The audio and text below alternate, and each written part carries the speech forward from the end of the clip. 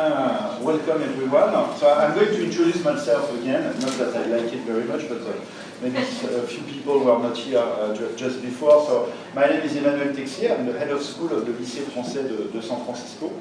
The Lycée Français de San Francisco is a multilingual school, mostly based on French and English, and teaching the French curriculum with elements of the American curriculum for the English component. Actually, we are just part of a big movement which is really worldwide about bilingualism. Bilingualism is really developing fast, and especially bilingual schools. Before being in San Francisco, I was posted in Australia, and I've seen the growth within 5 years. Australia is a small country, not by size, but with the number of inhabitants. And the number of schools went from bilingual schools, just French-English, went from 5 to 12 in 5 years. So you can see that it's really something that is developing. I know it's that this trend is exactly the same here in San Francisco, in the United States, and in many, many countries around the world. Bilingual education is something that is developing. Not always exactly the same bilingual education. Sometimes it's based on one single curriculum, sometimes it's based on 2 curricula. It may vary. It may vary according to the public and the needs of the people, but still we're talking about bilingual education. And today I'm really proud to introduce you to Mrs. Ashley CHUNG. Ashley works in a neuroscience laboratory in the Department of Psychology at York University.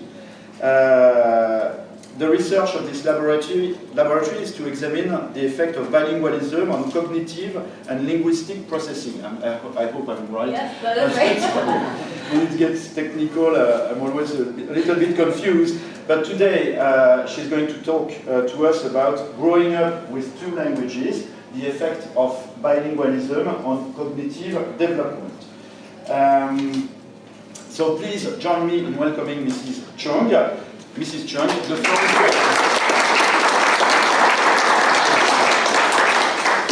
Thank you so much for that warm welcome. It's very cold in Toronto, so I do appreciate the nice heat in San Francisco.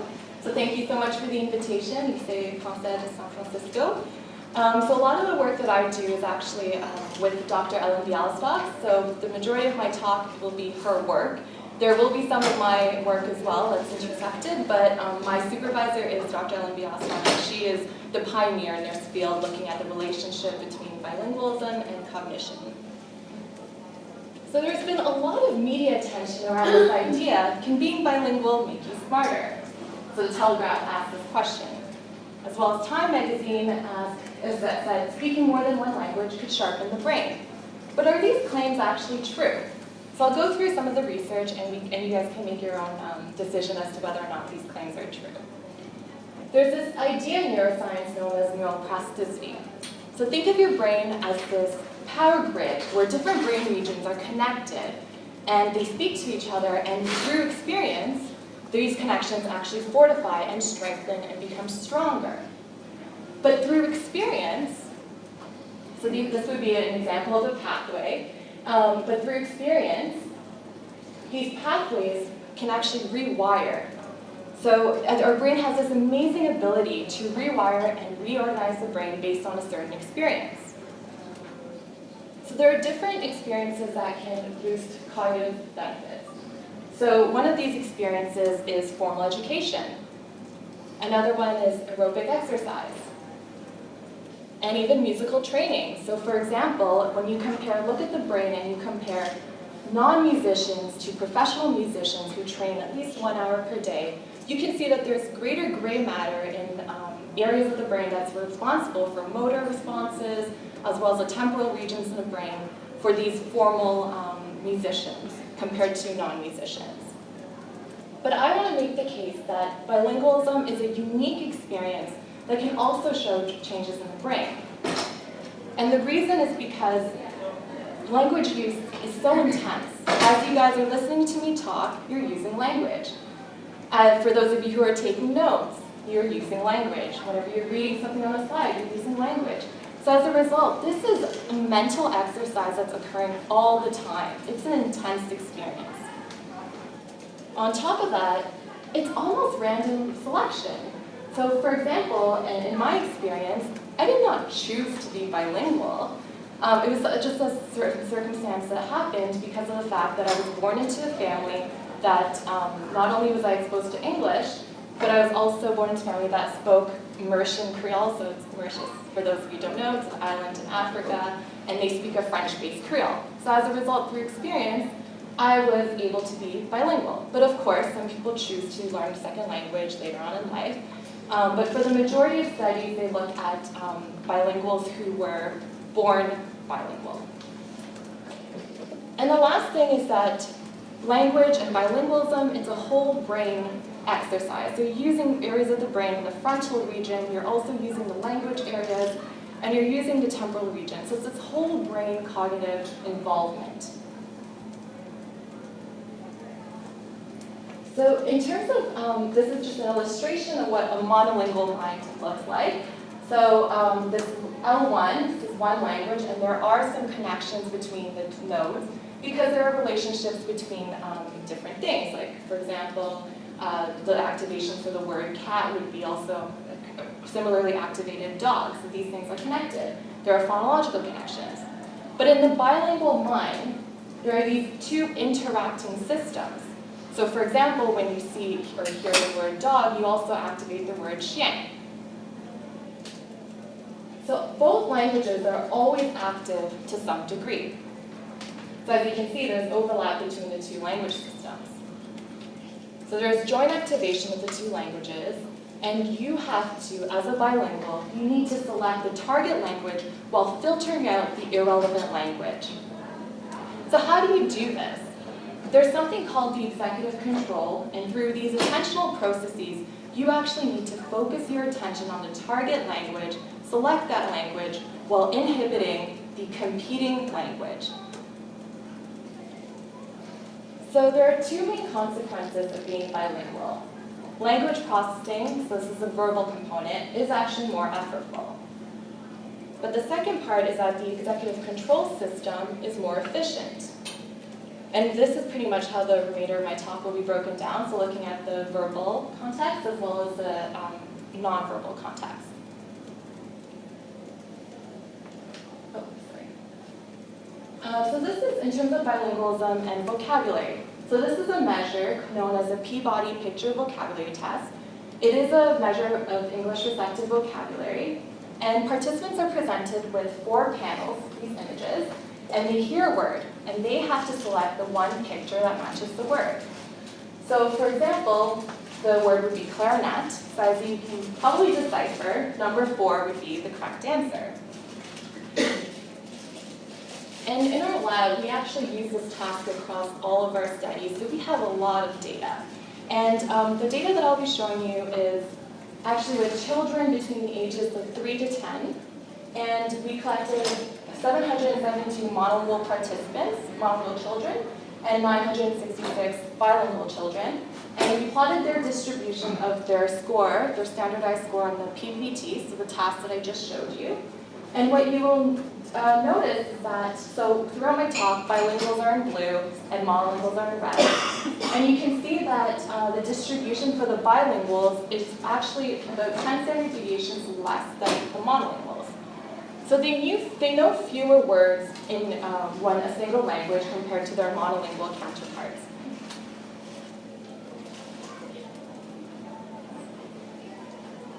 But in general, there's a lot of overlap between the two. So just because the majority of the population will typically fall in the green area. So just because I mentioned that bilinguals on average know fewer words than monolinguals in each of their language, you could have a monolingual that would fall here, bilingual falls here, but you could also have a bilingual that would fall on the other side, and a monolingual that would fall on this side. But this is a very formal measure of English receptive vocabulary. How about their conversational usage or their strategies or things that more of this everyday language? So there's a distinction between formal assessments and informal assessments. So in this study that was conducted by Kathleen Peets and Dr. Bialystok, and this is a postdoc in our lab, they wanted to examine the quality of explanations and narratives. So by quality of explanations, this is you give them a story and you ask them like, how does this magnet work? Show me how it works, explain to me how it works. And in terms of narratives, you would ask them to provide you a narrative of a certain situation. So they collected data from 24 monolingual children and 25 bilingual children.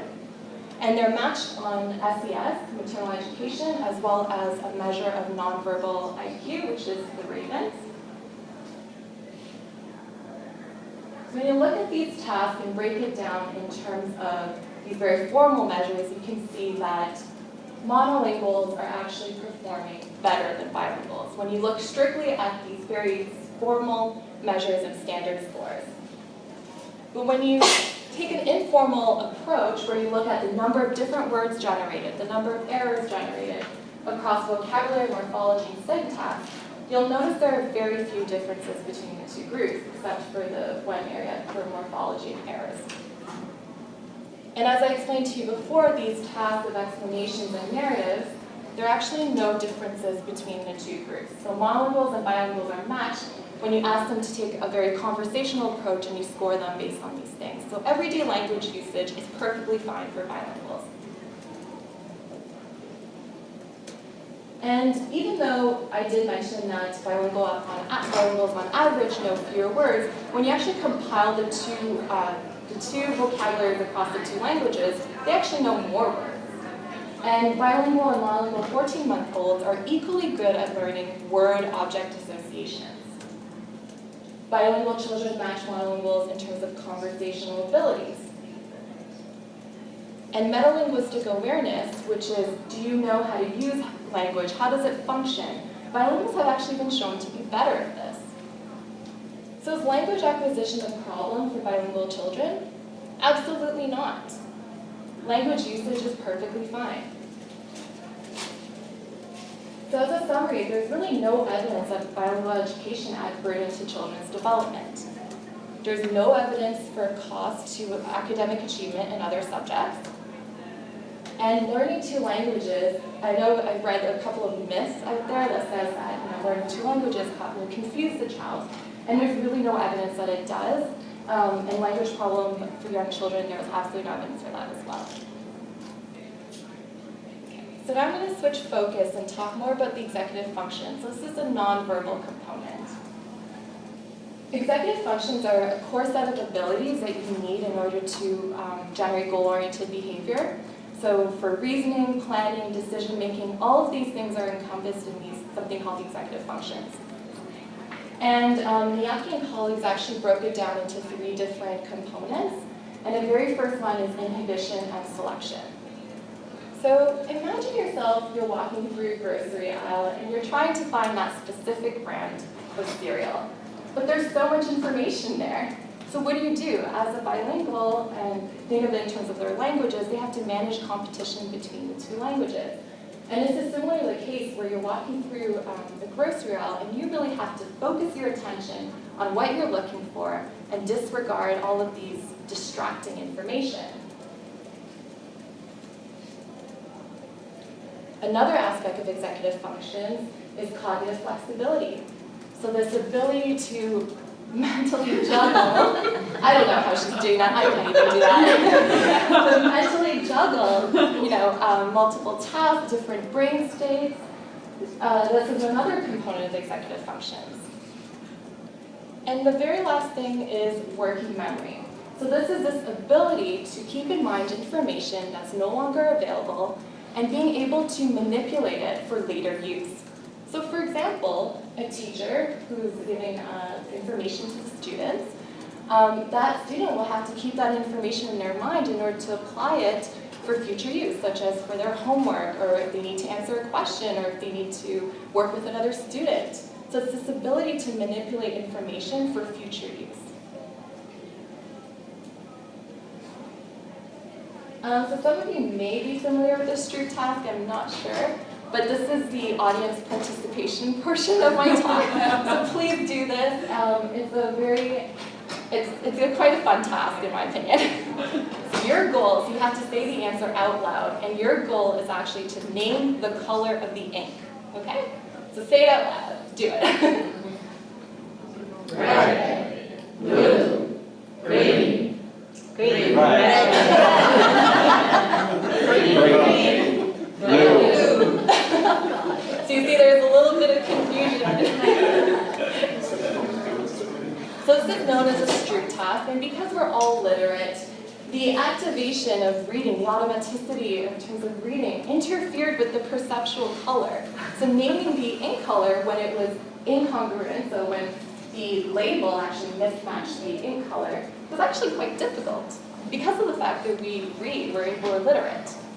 So this task, we've used it and examined, the difference between the incongruent child and the congruent child is known as the Stroop effect. So it's taking the difference between those two types of trials. And we've examined this with bilinguals in two separate studies. So as I mentioned before, anything in blue is bilinguals and the red is for monolinguals.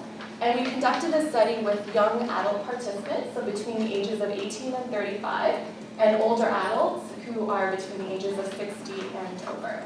And what you can see here, there are 96 participants in each study, is that the Stroop effect, as I mentioned earlier, is larger for monolinguals compared to bilinguals. And this was replicated in the second study in 2014. Question. So Sorry. the higher the value, the more mistakes are made? Yes, so it can, so it's a reaction time. So if it's not mistakes, it's determined reaction time? Yes, reaction Okay. time. Thank you. So it takes longer to answer and to process an incongruent child. So as a result, that value is larger, Okay. and so the difference, yeah. So this is similar to language processing, where you have a label for a dog that's competing with, if you're French English bilingual, it's competing with Xiang, which is similar to a Stroop task where you have these two different colors that are competing with each other. So the word written in red and the color blue. So you have these two responses competing with each other. So there are parallels between the two. I'm particularly interested in bilinguals and adolescents, and surprisingly, there are very few studies out there that actually look at this age group. I was very surprised. So that was a motivation for a study that I just submitted to International Journal of Bilingualism. And the executive functions that I mentioned earlier, which are these core processes, actually continue to grow into adulthood. And it's not until adulthood where they start to plateau, and then around your 30s, sorry everyone, they start to go back. Sorry. But I was very surprised to see that in adolescence there are very few studies that look at bilingualism and cognition. So that was one motivation for me to look at this age group, considering that they're still growing. So I used another task, so it's an inhibitory control task. And basically, your task is to focus on the central target arrow. So you have to answer to the direction of the central target arrow while completely filtering out the information from the distracting arrows. So as you can see here, for the congruent trial, all of them are pointing to the same direction. It's very easy. But as soon as you insert those distracting, irrelevant information that are pointing in the opposite direction as the central target arrow, it's actually quite difficult. But what, I mixed up the slides. But what we found is that for both the congruent and incongruent trials, bilinguals are actually faster. So even in terms of the incongruent trial where it's more difficult, bilinguals are actually faster. So I'll go back to the previous slide. So as I mentioned before, the bilinguals, one of the parts of the executive functions is this cognitive flexibility. So being able to switch between different mental states. And there are different ways to actually measure cognitive flexibility. One of them is known as a dimensional change card sort task. So you will tell the child to sort the item on the right, either by shape or by color. And they get really good at this. So if you tell them to sort by color, they'll do it. But as soon as you tell them to switch to the other dimension, they actually perseverate and they keep switching to the same thing. But bilingual children are actually better and much faster at switching to the other rule. Another task is known as the ambiguous figures task. So some of you might see a rat, others might see the picture of a man's face. These two studies here were actually conducted on children, so as young as 3 years old actually. And bilingual children actually required fewer cues and fewer prompts to see the alternative image or the other image compared to monolingual children. And then finally, we have something called task switching, which it seems a little similar to the dimensional change card sort task. But this time you're given a cue, but this would be the cue for shape, and you're asked to sort based on shape. So for that one, it would go into the box that's the blue horse. But if you were given a cue for color, then you would sort it into the red cow. And in this task, you find that bilinguals actually, because you can have switch trials and non-switch trials. So switch trials means that the judgment would switch and change. What we found is that bilinguals have a smaller switch cost compared to monolinguals. So in general, you can see that bilinguals are able to flexibly switch between different tasks and different brain states.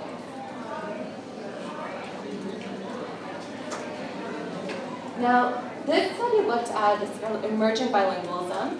So this is the role of immersion programs, because not all of us are born bilingual. Some of us, parents enroll them into an immersion program. So this was a study done by Bialystok and Barak in 2012. So this is children immersion programs who are becoming bilingual. Study 1 had 100 children that are 7 to 9 years old in an intensive Hebrew education program. And they actually ran a similar study that had actually 2 separate research questions, but then you looked at the results and they actually paralleled. It was quite funny. So this second study is 52 children, 10 to 11-year-olds, who are in an intensive French immersion program. And there were different types of tasks. So there are these metalinguistic tasks that not only requires language representations, but also require executive control. And they also ran some executive control tasks.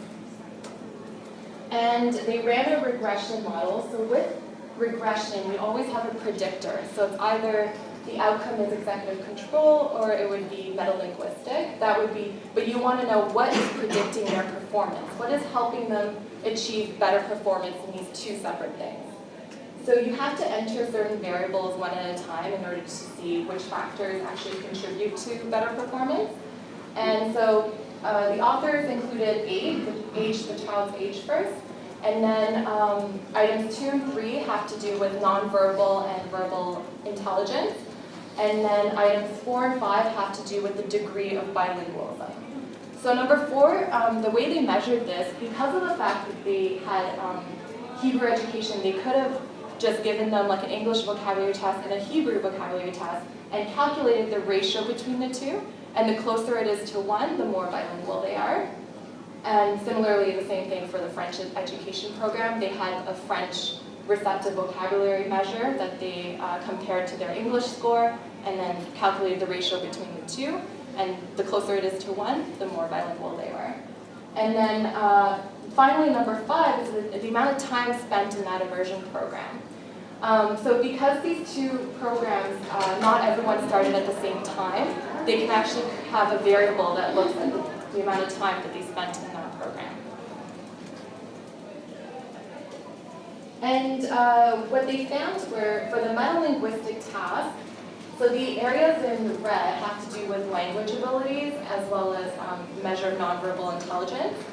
So you can see here that the red areas actually predict performance on the metalinguistic task. But on the executive control task, the flanker task was the one that I showed you earlier with the arrows, and the global switch cost is the task I showed you with the cow and the horse, and you had to sort it based on the 2 different dimensions. You can see that it's actually the area in green that's accounting for better performance on these tasks. So on these metalinguistic tasks, it's more so about language, but for the executive control task, it's more so about the degree of bilingual. How bilingual are you? So the greater your language proficiency, the better your metalinguistic outcomes, and the more bilingual your experience is, the better the executive control outcomes. So throughout my talk, I've actually spoken a lot about typically developing children, young adults, and older adults. But what happens when, so studies extend bilingual advantages in executive control across the lifespan, even into healthy aging. But what happens when aging is actually accompanied with impairment, so cognitive aging is not normal? In the case of dementia, where the primary symptom is memory failure, the authors of this studies wanted to look at these special populations, these clinical patients. And I know I mentioned that the primary thing for bilingualism is executive control, but I just mentioned that the primary failure for dementia is memory failure. So that seems a little counterintuitive, but I'd like to make the argument that bilingualism actually helps not just specifically for memory, but it's more so how you cope with these demands and how you cope with this encroaching memory failure. So does bilingualism protect against dementia? So they ran a study where they examined clinical records of patients in a memory clinic in Toronto, and this is the Bialystok Geriatric Center. Study 1 had 2/3 Alzheimer's patients and 1/3 had other types of dementia. And what they found were they had 91 monolinguals and 93 bilinguals. Years of education, you can actually see that monolinguals had more years of education, but I'd like for you to caution about that finding just because a lot of the bilingual participants that were included in the sample were actually from Europe and there's like wartime there, so it's not so much about their abilities, but more so about their experiences. And the MMSE is a mini mental state examination, and this is a measure that they use by clinicians and researchers to know how much cognitive impairment. And anything below 22 would actually mean that there's mild cognitive impairment. So you can see in both groups, monolinguals and bilinguals, that they do have mild cognitive impairment. But what's really interesting, so bringing back to the years of education, the one thing that has been predominantly found is that the amount of formal education actually helps in terms of cognitive reserve. And so you would actually predict that the monolinguals should show signs of dementia, symptoms of dementia, later on. But what was actually found was that bilinguals showed or manifested these symptoms of dementia, symptoms of memory failure, but 4.4 years, sorry for that, 4.1 years later than monolinguals. And because this is so striking, this finding was so striking, they decided to replicate the study using all Alzheimer's patients. And as you can see here, the numbers are actually quite similar. So once again, there's this delay of the symptoms for bilinguals. They're able to manage with these symptoms of memory failure better than monolinguals. So there are benefits for executive control into aging and, in this case, dementia. Children in bilingual education programs show early signs of these benefits. So is bilingual education a good educational choice and a good way to introduce bilingualism? Yes, of course. And because of just timing purposes, I would also like to mention that there are other areas that bilinguals show advantages. So it's not simply just the core executive control networks that I talked about, like inhibition, working memory, and cognitive flexibility. They actually show advantages in perspective taking and reasoning. Creativity, that's actually a new area of research that's becoming more and more popular. Bilingual children have been shown to be more creative because they use something called cognitive flexibility or divergent thinking, which is this idea that you can come to a problem using multiple solutions or multiple ways to come to a single solution. Problem solving. Oh, ambiguous figures, I mentioned that earlier. And decision making. So this was a really interesting study where they looked at mouse tracking. So this is being able to calculate the trajectory of your response, so as you're holding a mouse and being able to look at the trajectory of the response as they're executing one. These authors made the claim that bilinguals actually, they look like experts. So think about a goalie, a soccer goalie, who scans their environment first before they make a save, before they dive. So bilinguals act similarly. So when they're performing a task, they actually scan their environment first, they look, and then once they execute a response, they're much faster and much more efficient in doing that. So just as a summary, both verbal and nonverbal processing is carried out differently by monolinguals and bilinguals. It's more effortful verbal processing, but there's more efficient nonverbal control processing. There's pervasive evidence for bilingual effects on cognitive and brain function across the lifespan. So this is a very powerful evidence for experience-dependent neuroplasticity. And I think it's really important to continue this conversation and continue the dialogue between teachers, pediatricians, researchers, and speech language pathologists. They really should work together to dispel some of these common myths. One of them being, does learning two languages, does it cause confusion?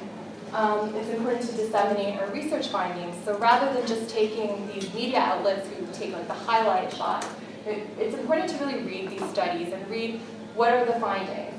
Promote bilingualism research and educational programs because, as I mentioned earlier, it's not just in terms of verbal and nonverbal implications. There's also these other areas that bilinguals show these benefits. And of course, for travel purposes, employment, and just finding a sense of culture, these are all important things that learning a second language is important. So a lot of my current work is actually in a young adult population. So I study university students who are between 18 to 35, and I do more of the neuroscience, electrophysiological work, which I didn't get to touch upon. But if anyone has any questions about that, I'm more than happy to talk about it.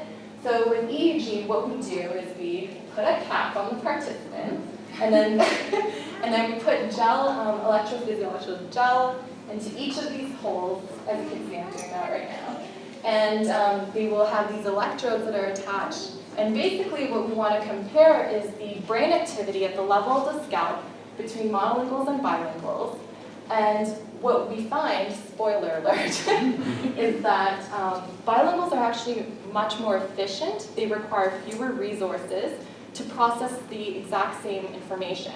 Their performance is the same. So I'm talking about young adult population. Because of the fact that they use computers all the time, they're performing the exact same, but they're processing it differently. They're using less resources, and the brain activity is actually reduced compared to monolinguals. And I've started to look at eye tracking studies.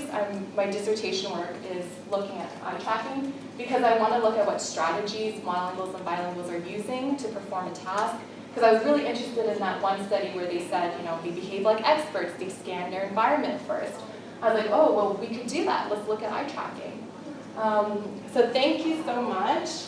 This is a lot of the work that my primary supervisor does, Dr. Bialystok, and this is my lab in Toronto.